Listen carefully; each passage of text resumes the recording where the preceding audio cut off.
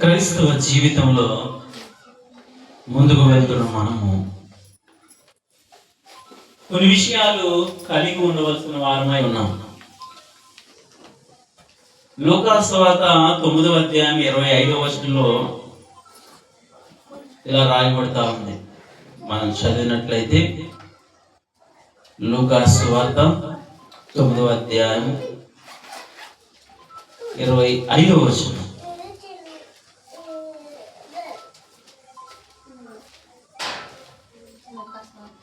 లూకాసు వార్త 9వ అధ్యాయం 25వ వచనం. లూకాసు వార్త 9వ అధ్యాయం 25వ వచనాన్ని మనం చదువుకుంటున్నాం.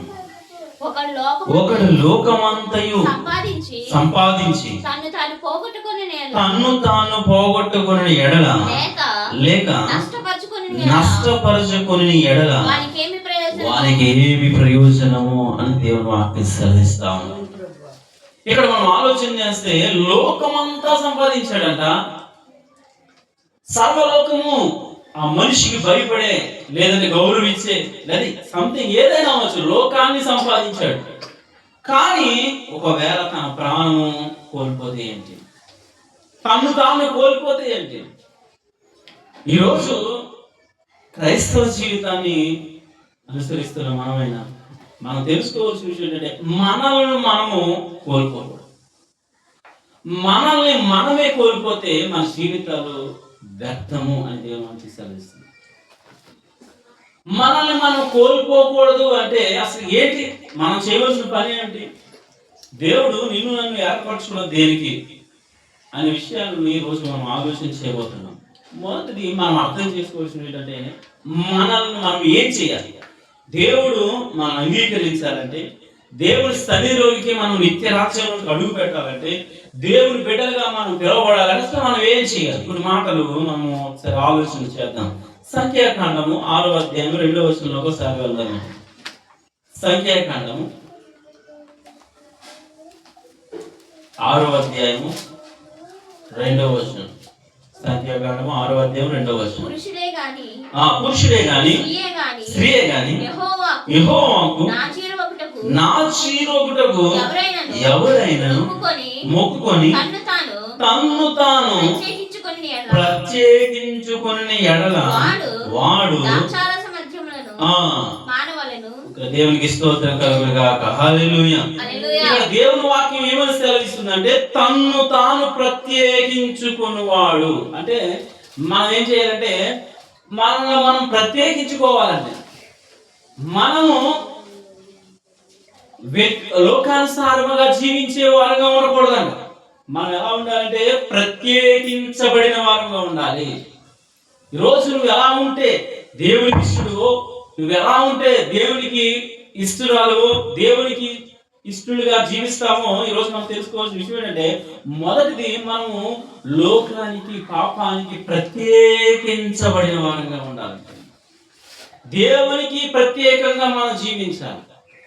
మనం చూస్తే చాలా మంది లోకానుసారంగా పాపములోను జీవిస్తూ ఒక పక్కన క్రైస్తవులుగా పిలువబడుతూ ఉంటూ ఉన్నారు. కానీ దేవుని వాక్యం ఆశీర్వదిస్తలేదు. నువ్వు ఒకవేళ మద్యపానము కలిగిన వ్యక్తి అయితే, ఆ లేఖన భాగంలో చెప్తున్న మాటను వివరిస్తున్నా, నువ్వు మద్యపానాశక్తుడు అయితే నువ్వు దాన్ని విడిచిపెట్టాలి. ఎందుకంటే నువ్వు ప్రత్యేకించబడాలి అనుకుంటున్నావు కాబట్టి, దేవునికి నా జీవి చేయబడాలి అనుకుంటున్నావు కాబట్టి రాస్తున్నాడు. అంటే మొదట మనం ఏం చేయాలంటే మనల్ని మనం ప్రత్యేకించుకోవాలి. మన జీవితాలు ప్రత్యేకంగా మార్చబడాలి. లోకానికి మనం వేరుగా జీవించాలి అని దేవుని వాక్యం మనతో మాట్లాడుతున్న విషయాన్ని రోజు నేను తెలియజేస్తున్నాను. ఇశ్రాయేలు విషయంలో దేవుడిది చెప్తున్నాడు. నిర్గమకాండం మనం చూసినట్లయితే నిర్గమకాండం 33వ అధ్యాయం 16వ వచనంలోకి వెళ్తే ఇశ్రాయేలుతో అదే సెలవిస్తున్నాడు. కటాక్షము కలిగినదని దేని వలన తెలియబడును? మాతో వచ్చుడనే కదా. అట్లు మేము అనగా నేనును ఈ ప్రజలను భూమి మీద ఉన్న సమస్త ప్రజలలో నుండి ప్రత్యేకింపబడుదుమని ఆయనతో చెప్పును అని దేవాకి. ఇక్కడ మనం చూస్తున్న మోషే గారును దేవాది దేవుడు మధ్య జరుగుతున్న సంభాషణ. ఇక్కడ మోషే అంటున్నాడు, అయ్యా మేము నీ సన్నిధి మాకు తోడుగా రాకపోతే, నువ్వు మాతో రాకపోతే ఎలాగ ప్రభువా అని చెప్తూ అక్కడ చెప్తున్నాడు, నేనును ఈ ప్రజలను భూమి మీద ఉన్న సమస్త ప్రజలలో నుండి ప్రత్యేకింపబడదు అని రాస్తుంది. అంటే మా ఈ లోకంలో ఉన్న వారికి ప్రత్యేకించబడిన వారుగా ఉండాలి. వారితో కలిసి జీవించేవారుగా కాదు, వారితో ఉంటూనే మనం ప్రత్యేకమైన జీవితాన్ని మనం జీవించవలసిన వారమై ఉన్నామని దేవుని వాక్యం సెలవిస్తుంది. ఈ లోకం నుండి మనం వేరుగా జీవించాలి, ప్రత్యేకించబడాలి. ప్రత్యేకమైన జీవితాన్ని దేవుని కొరకు మనం జీవించే వారుగా ఉండాలని దేవుని వాక్యం సెలవిస్తా ఉంది. మనము ఎంత ప్రత్యేకించబడతామో, అనగా లోకానికి ఎంత వేరే దేవుని సన్నిధికి అంత దగ్గర అవుతామో, మన జీవితాల్లో దేవుడు అంత గొప్ప కార్యాలు చేస్తా ఉంటాడు. ఈరోజు నీ జీవితంలో కార్యాలు జరగట్లేదంటే, నువ్వు ఒకవేళ నలిగిపోతున్న పరిస్థితులు అనుభవాల్లోకి వెళ్తున్నావంటే, మనం ఒకవేళ లోకానికి ఎక్కడైనా వేరుగా ఉండట్లేదేమో, లోకానికి కలిసి జీవిస్తున్నామేమో పరిశీలన చేసుకోవాలి. ఇశ్రాయేలుతో ఇక్కడ అదే సెలవిస్తూ మోషే మాట్లాడుతున్నాడు, నేను ఈ ప్రజలకు వేరుగా జీవిస్తాం, ప్రత్యేకించబడతాం ప్రభు అంటున్నాడు. మనం ప్రత్యేకించబడాలి, మనం ప్రత్యేకించుకోవాలి. ఈ లోకానికి ఎక్కడైనా మనము కలిసి జీవిస్తున్నామేమో, ఏదైనా మన వేరు లోకానికి చేరువవుతుందేమో, మనం ఒకసారి ఆలోచన చేసుకోవాల్సిన వారమై ఉన్నాము. ఈ రోజు చాలా మంది చెప్తూ ఉంటారు, మా జీవితంలో సంతోషం లేదు, సమాధానం లేదు, నెమ్మది లేదు, మా బ్రతుకులు ఎప్పుడు నలుగుడి జీవితమే కనిపిస్తుందని ఒకవేళ ఈ దినాలు చాలా మంది చెప్తా ఉండొచ్చు. వారికి దేవుడు తెలియజేస్తున్న విషయం ఏంటంటే, మనము ఈ లోకములో ఉండే పాపపు వేరేదైనా ఉందేమో పరిశీలన చేసుకోవాలి. ఈ లోకానికి మనం చేరువుగా జీవిస్తున్నామేమో. ఒకసారి మనం చూస్తే మరి అననీయ సఫీరాలు అనే ఇద్దరు మనం చూస్తాం, భార్య భర్తలు. వారు దేవునిలోనే ఉన్నారు, దేవునితోనే ఉన్నారు, కానీ వారి జీవితం ఎలా ఉండిపోయిందంటే, మరి ధనాన్ని చూసేటప్పటికీ, వారి చేతిలోకి ధనం వచ్చేటప్పటికి వారి ఆలోచన మారిపోయిందంట. ప్రత్యేకించబడలేదు దేవునికి, దేవుని కొరకు వారు ప్రత్యేకమైన జీవితాన్ని జీవించలేదు. ఈ దినాల్లో అక్కడ మనం చూస్తాము, వారు ధనం వచ్చేటప్పటికి వారి ఆలోచన ఎలా మారిపోయిందంటే, ధనము వైపు వారి ఆలోచన మారిపోయిందంట. దేవుని కొరకు ప్రత్యేకించబడిన వారైతే ధనము గురించి ఆలోచించే. అక్కడ మనం చూస్తూ ఉంటాము, శత్రువు మేషకు అభిజ్ఞకులను మీరు చూస్తే మరణము వారి ముందున్నా కూడా దేవుని ప్రత్యేకించబడ్డారు కనుక వారు మరణమును అసలు ఆలోచన చేయలేదు. మేము చచ్చిపోతామా, మేము బ్రతకమా, మమ్మల్ని అగ్నిగుండంలో వేసేస్తున్నారా అని వారు భయపడలేదు. ఎందుకంటే దేవుని కొరకు వారు ప్రత్యేకించబడ్డారు. వారిలో లోకపు వేరు లేదు, బ్రతకాలను జీవించాలను వారు ఆలోచన లేదు, డబ్బు అనే ఆశ లేదు. గెహాజీ అనే ఒక వ్యక్తిని మనం చూస్తూ ఉంటాం. గెహాజీ మరి తన జీవితంలో ఒక సేవకుడికి శిష్యుడిగా బ్రతుకుతున్న జీవితం, ప్రత్యేకమైన జీవితాన్ని జీవిస్తున్న వ్యక్తి మరి తన జీవితాన్ని కోల్పోయినట్టుగా మనం చూస్తాం. నయమాను పోగొట్టుకున్న, స్వస్థపరచబడిన ఆ కుష్టి వ్యాధిని పొందుకున్న వ్యక్తిగా గెహాజీ మిగిలిపోయాడు. ఎందుకు అంటే తనలో పాపపు వేరు తనలో ఉండిపోయాడు, ప్రత్యేకించబడలేదు. ఈరోజు మనలో ఏదైనా పాపపు వేరు ఉండిపోయిందేమో, లోకము మనలో ఏదైనా కలిసిపోయిందేమో. కొన్ని సందర్భాల్లో లోకము మనలో ఉన్నప్పుడు మనం గ్రహించలేము, అంటే లోకపు ఆశలు మనలో ఉన్నప్పుడు గ్రహించలేము. ఆ లోకపు ఆశలు, లోకపు తలంపులు మనలో ఏమన్నా ఉన్నామేమో అవన్నీ తీసివేసుకుని మనం దేవుని కొరకు ప్రత్యేకించబడిన వారంగా ఉండాలి. ఈరోజు నీ జీవితంలో ఏదైనా కార్యము పొందాలన్నా, నువ్వు దేవుని సన్నిధిలో నిలవబడాలన్నా, దేవునికి ఒక ప్రత్యేకించబడిన వ్యక్తిగా ఉండగలిగితే ఈ జీవితము తిరిగి లేనిదిగా దేవుడు మార్చబోతున్నాడు. దేవుని వాక్యాన్ని బట్టి తెలియజేస్తున్నాడు. మనం చూసినట్లయితే కొరింథీయులకు రాసిన మొదటి పత్రిక 6వ అధ్యాయం ఒకసారి మనం లేఖన భాగంలో నుంచి, కొరింథీయులకు రాసిన మొదటి పత్రిక 6వ అధ్యాయం 14వ వచనం. దేవుడు ప్రభువును లేపెను, మనలను కూడా తన శక్తి వలన లేపును. మీ దేహములు క్రీస్తు యొక్క అవయవములే ఉన్నవి అని మీరు ఎరుగరా? నేను క్రీస్తు యొక్క అవయవములను తీసుకొని యేసు యొక్క అవయవములుగా చేయుదునా? అది ఎంత మాత్రము తగదు. యేసుతో నెహెమ్యా గ్రంథం నెహెమీయా గ్రంథం 9వ అధ్యాయం 2వ వచనం.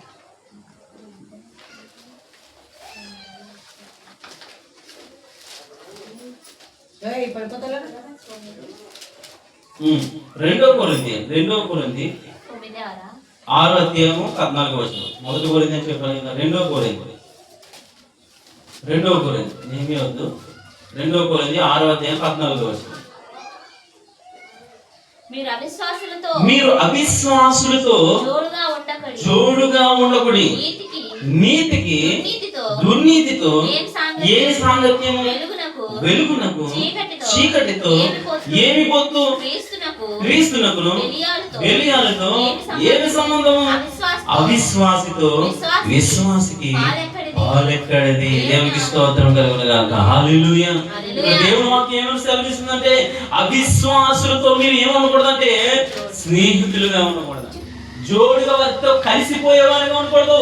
అంటే ఫ్రెండ్షిప్ చేయకూడదు అంటే కాదు, కానీ వారితో కలిసిపోయేవారుగా, వారి ఆలోచనలతో కలిసిపోయేవారుగా మనం ఉండకూడదని వాక్యం సెలవిస్తా ఉంది. నువ్వు ప్రత్యేకించబడిన వ్యక్తివి, దేవుని కొరకు నాజీరు చేయబడిన వ్యక్తి, నువ్వు దేవుని అంగీకరించి ఆయన కొరకు నిలబడిన వ్యక్తి, నువ్వు లోకంలో కలిసిపోయే వ్యక్తిగా కనుక ఉండినట్లయితే ప్రయోజనం ఏమని దేవుని వాక్యం సెలవిస్తుంది. చాలా మంది దినాల్లో ఎలా ఉంటున్నారంటే స్నేహము, క్రైస్తవ స్నేహితులు, లోకానుసారైన స్నేహితులు ఇద్దరు ఉంటూ ఉన్నారు. ఆ వ్యక్తి తాగుదాం అంటే ఆ వ్యక్తితో పాటు కలిసిపోయి తాగే వ్యక్తులుగా ఈ దినాల్లో చాలా మంది మారిపోతుంది. అందుకని ఇందాక చదివించిన లేఖన భాగంలో చెప్తున్నాడు, నీవు దేవుని కొరకు నాజీరు చేయబడాలి అంటే, ప్రత్యేకించబడాలి అంటే లోక భాషలు విడిచిపెట్టాలి, లోకానికి నువ్వు ప్రత్యేకించబడాలి, లోకం అనేది నీలో కనపడకూడదని దేవుని వాక్యం సెలవిస్తుంది. ఈ రోజు నువ్వు ప్రత్యేకించబడిన వ్యక్తిగా ఉంటే కనుక నీ జీవితంలో ఇంకా తిరుగు అనేది ఉండకూడదని దేవుని వాక్యం సెలవిస్తాం. నువ్వు లోకానికి చేరువుగా ఉంటూ నువ్వు ప్రత్యేకించబడకపోతే ప్రయోజనం ఏమి లేదు. అందుకే అన్నాడు, లోకమంతా సంపాదించుకుని నిన్ను నువ్వు కోల్పోతే ఏం ప్రయోజనం అంటూ ఉన్నాడు. నిన్ను నువ్వు కోల్పోకుండా నువ్వు దేవుని కొరకు ప్రత్యేకించబడాలనేది దేవుని ఆలోచన. ఈరోజు నువ్వు ప్రత్యేకించబడిన వ్యక్తిగా ఉన్నావు, దేవుని కొరకు నువ్వు ప్రత్యేకించబడాలి. నువ్వు ప్రత్యేకించబడి లోకానికి నువ్వు వేరుగా నీ జీవితాన్ని కొనసాగించాలి. ఈరోజు నువ్వు ఎలా జీవిస్తున్నావు? పరిస్థితులు అనుకూలంగా లేనప్పుడు లోకానికి చేరువైపోతూ ఉంటారు, అన్నీ బాగున్నప్పుడు దేవునితో దూరం అయిపోతున్న పరిస్థితులు చూస్తాం. కాబట్టి ఈరోజు నువ్వు ఎలా ఉంటున్నావు? దేవునితో ఉంటున్నావా? ఉన్నానంటూనే లోకంతో ఉంటున్నావా? ఈరోజు నువ్వు అక్కడ దేవుని వాక్యం సెలవిస్తుంది, వెలుగునకు చీకటితో ఏమి పొత్తు అంటున్నాడు. నువ్వు వెలుగు అయితే చీకటితో నీకు సంబంధం లేదు. నువ్వు క్రీస్తు బిడ్డవైతే లోకానుసారమైన బిడ్డతో నీకు సంబంధం లేదన్నాడు.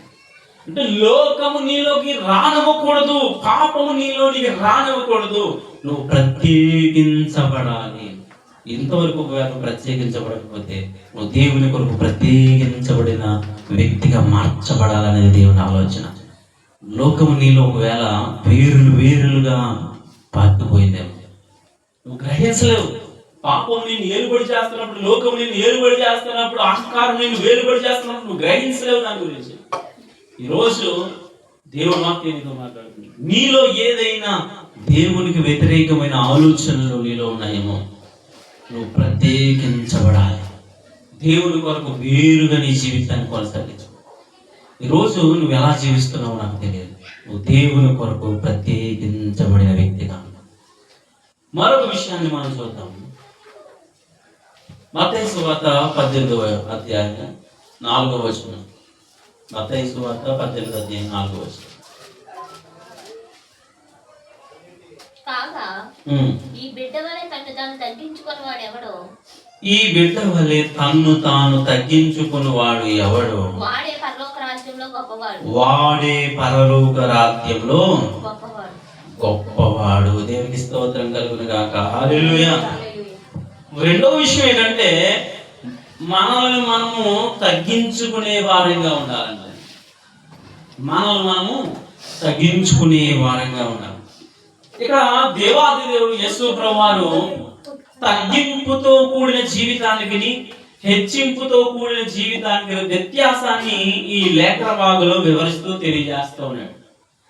చాలా మంది ఏమీ లేనప్పుడు అణిగి మునిగి తగ్గించుకొని జీవిస్తుంటారు. కొద్దిగా కలిగేటప్పటికి దేవుడు ఎవరు అనే వ్యక్తిగా మార్చబెడతారు. ఇక్కడ మనం చూస్తూ ఉంటాం, ఇద్దరు వ్యక్తులు చూస్తూ ఉంటాం. ఒక వ్యక్తి సుంకరిని, మరొక వ్యక్తి పరిసయ్యుడు. ఈ వీరిరువురు వ్యక్తిత్వాలు మనకు కనిపిస్తూ ఉంటాయి. నువ్వు దేవుని సన్నిధికి నిత్యరాజ్యంలో నివసించాలన్నా, దేవుడు నీ జీవితంలో జోక్యం చేసుకుని కార్యాలు చేయాలన్నా నువ్వు ముందు తగ్గించుకోవాలి. నేనేదో చేసేస్తాను, నేనేదో పొందేస్తాను, నా గొప్పతనం అంతా నాకెంత పలుకుబడి ఉంది, నేను ఇది చేయగలను అది చేయగలను అనుకుంటే దేవుడు సైలెంట్గా ఉంటాడు. అంతే. మన జీవితంలో దేవుడు ఊరకను అలా పక్కన ఉన్నాడంటే మనం ఏ కార్యాలు పొందుకోలేం. ఏ కార్యాలు పొందుకున్నా అవన్నీ రివర్స్ అయిపోతూ ఉంటాయి. కాబట్టి మనం తెలుసుకోవాల్సిన విషయం ఏంటంటే మనము తగ్గించుకునే జీవితం కలిగి ఉండాలి. నిన్ను దేవుడు హెచ్చించే కొలది, దేవుడు నిన్ను ఉన్నతమైన స్థితిలో ఉంచే కొలది నువ్వు దేవుడి కొరకు తగ్గించుకుని జీవించే వ్యక్తిగా ఉండాలి. చాలా మంది ఇక్కడే మిస్ అయిపోతున్నారు, చాలా మంది ఇక్కడే ఫెయిల్ అయిపోతున్నారు. వారికి తగ్గింపు జీవితం అనేదే లేదు. కొద్దిగా కలిగేటప్పటికి కానీ, ఉన్నతమైన స్థితి దేవుడు ఇచ్చేటప్పటికి కానీ దేవుడిని విడిచిపెట్టి బయటికి వెళ్ళిపోయే వారికి ఉంటుంది. ఇక్కడ మనం చూస్తూ ఉన్నాము, పరిసయ్యుడు సుంకరి అనే ఇద్దరిని చూస్తూ ఉంటాం. పరిసయ్యుడు తన జీవితంలో దేవుని సన్నిధిలోకి వచ్చి ప్రార్థిస్తూ ఉంటే ఆయన ఎలా ప్రార్థిస్తున్నాడు తెలుసా? ఆ వ్యక్తి ఎలా ప్రార్థిస్తున్నాడంటే, అయ్యా నేను పాపిని, నాకు ఏ గొప్పతనం లేదు, నేను అయోగ్యుడిను, ఎందుకు పనికిరాని వాడిని ప్రభువా, నాకు ఏ గొప్పతనం లేదు, నేను శూన్యమైన వాడిని ప్రభువా అని చెప్తూ కనీసం నేను ఆకాశం వైపు కన్నులెత్తి చూడడానికి కూడా అర్హుడు కాదు ప్రభువా తగ్గించుకుని ప్రార్థన చేస్తారు. చాలా మంది ప్రార్థన మాత్రం ఇలాగే చేస్తారు. చాలా మంది ప్రార్థన ఎలా చేస్తారు? అయ్యా నేను ధూళి వంటి వాను, మట్టి పురుగు వంటి వాను. ప్రార్థనలోనే తగ్గింపు ఉంటుంది కానీ నిజమైన జీవితంలో తగ్గింపు అనేది లేదు. ఎవరైనా పెద్దలు మనల్ని హెచ్చరించడానికి ఒక మాట చెప్పినప్పుడు మనం తగ్గించుకుని ఆ మాట వినేవారిగా ఉండాలి తప్ప ఆ మాటకు మనము రెండు మాటలు చెప్పేవారిగా ఉండకూడదు. చాలా మంది మరి ఈ దినాల్లో ఇదే మిస్ అయిపోతున్నాం. చిన్నపిల్లల్లో మనం ఎవరికైనా మాట చెప్తుంటే వాళ్ళు ఎదిరించి మనకి 4 మాటలు చెప్పే విధంగా ఉండవు. కానీ నేను చెప్తూ ఉన్న విషయం ఏంటంటే మనము తగ్గింపుతో కూడిన జీవితాన్ని జీవించాలని దేవుడు వాక్యం సెలవిస్తుంది. నువ్వు ఎప్పుడైతే తగ్గింపుతో దీన మనస్కుడువై దేవుని సన్నిధిలో ఒదిగి జీవిస్తావో, నువ్వు ఒదిగి జీవించినంత కాలం దేవుడు నిన్ను హెచ్చిస్తానే ఉంటాడు. నీకు ఏ కొద్దిగా ఉండదు.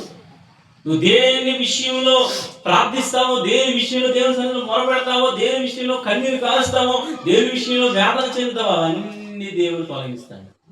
ఎప్పుడు నువ్వు దేవుని సన్నిధిలో తగ్గింపుతో ఉండే వ్యక్తిగా ఉన్నప్పుడు, దేవుని కొరకు నిలబడే వ్యక్తిగా ఉన్నప్పుడు, నేనంతా నాకెంత అనే మాట నీలోకి వచ్చినప్పుడు దేవుడు సైలెంట్ అయిపోతాడు. ఈరోజు నీ జీవితంలో కార్యాలను పొందుకోకపోతున్నాము అంటే కాక ఇది ఉందేమో ఒకసారి పరిశీలన చేసుకో. దేవుడి మీద నింద వేయవలసిన అవసరం లేదు. దేవుడి మీద నింద వేయడం సింపుల్. దేవుడు నాకు ఏమీ చేయట్లేదు, దేవుడు నన్ను అసలు పట్టించుకోవట్లేదు, దేవుడు నాకు అసలు ఏ కార్యం చేయలేదని చెప్పాల్సింది. ఒకవేళ నాలో ఏదైనా లోపం ఉందో సరి చేసుకోవడం గొప్పతనం. నాలో ఏదైనా దేవునికి ఆయాసకరమైనది ఏదైనా ఉందేమో సరి చేసుకోవడం గొప్పతనం. ఈరోజు దేవుడు నీతో మాట్లాడుతున్నాడు. తగ్గింపు నీలో ఉందా? దీన మనసు నీలో ఉందా? ఈరోజు నువ్వు ఆలోచన చేయాలి. యేసు ప్రభువు శిష్యులతో అదే చెప్తున్నాడు. మార్కు సువార్త 8వ అధ్యాయంలోకి వస్తే, మార్కు సువార్త 8వ అధ్యాయం 34వ వచనం. అంతటా ఆయన తన శిష్యులను జన సమూహమును తన యొద్దకు పిలిచి నన్ను వెంబడింపగోరువాడు తన్ను తాను ఉపేక్షించుకోవాలి. తన్ను తాను ఉపేక్షించుకోవాలి. తనను తాను లెక్క చేయకూడదు. నేను గొప్ప, అది గొప్ప అని చెప్పి మనల్ని హెచ్చించుకుంటే దేవుడు సైలెంట్ అయిపోతాడు. దేవుడి కార్యాన్ని జీవితంలో చూడలేము. కాబట్టి ఈ రోజు నువ్వు ఒక నిర్ణయంలోకి రావాలి. ఒకవేళ నేను ఏదైనా దేవుడికి వ్యతిరేకంగా హెచ్చింపుతో జీవిస్తున్నానేమో, నువ్వు సరి చేసుకోవాలి. నువ్వు సరి చేసుకునే జీవితాన్ని మార్చుకోగలిగితే మనకు అర్థమవుతుంది. మన జీవితాన్ని గొప్పగా మనం చూసుకోగలుగుతాం. ఈరోజు నిన్ను నువ్వు ఎలా కనుపరుచుకుంటున్నావు దేవుని సన్నిధిలో? నిన్ను నువ్వు ఎలా కనుపరుచుకోవాలి? ఒకటి, ప్రత్యేకించబడాలి. రెండు, తగ్గించుకోవాలి. మూడో విషయాన్ని నేను మీ ముందు నుంచి ముగించాలని ఆశపడుతున్నాను. 1 కొరింథీయులకు రాసిన పత్రిక 11వ అధ్యాయం 28వ వచనం. కొరింథీయులకు రాసిన మొదటి పత్రిక 11వ అధ్యాయం 28వ వచనం. కాబట్టి ప్రతి మనుషుడు తన్ను తాను పరీక్షించుకోవాలి. ఏం చేయాలంట? తన్ను తాను పరీక్షించుకోవాలి. నేను జీవితం ఎలా ఉన్నా, నా బ్రతుకు ఎలా ఉంది, నేను ఎలా జీవిస్తున్నా, దేవుడికి ఎలా ఉన్నా, నా గత జీవితం ఏంటి, ఏమైనా దేవుడికి వ్యతిరేకమైన కార్యాలు చేశానా అని ప్రతి విషయంలో, ప్రతి దినము, ప్రతి క్షణము మనం పరిశీలన చేసుకుంటా ఉండాలి. మనం పరీక్షించుకుంటా ఉండాలి. యోబు తన జీవితంలో అదే చేసేవాడు. ప్రతి దినం నా బిడ్డలు ఒకవేళ దేవుడు గాయాలు రేపారేమో, నా బిడ్డలు నా దేవునికి వ్యతిరేకంగా జీవించారేమో అని దేవుడికి బలులు అర్పిస్తా ఉండేవాడు.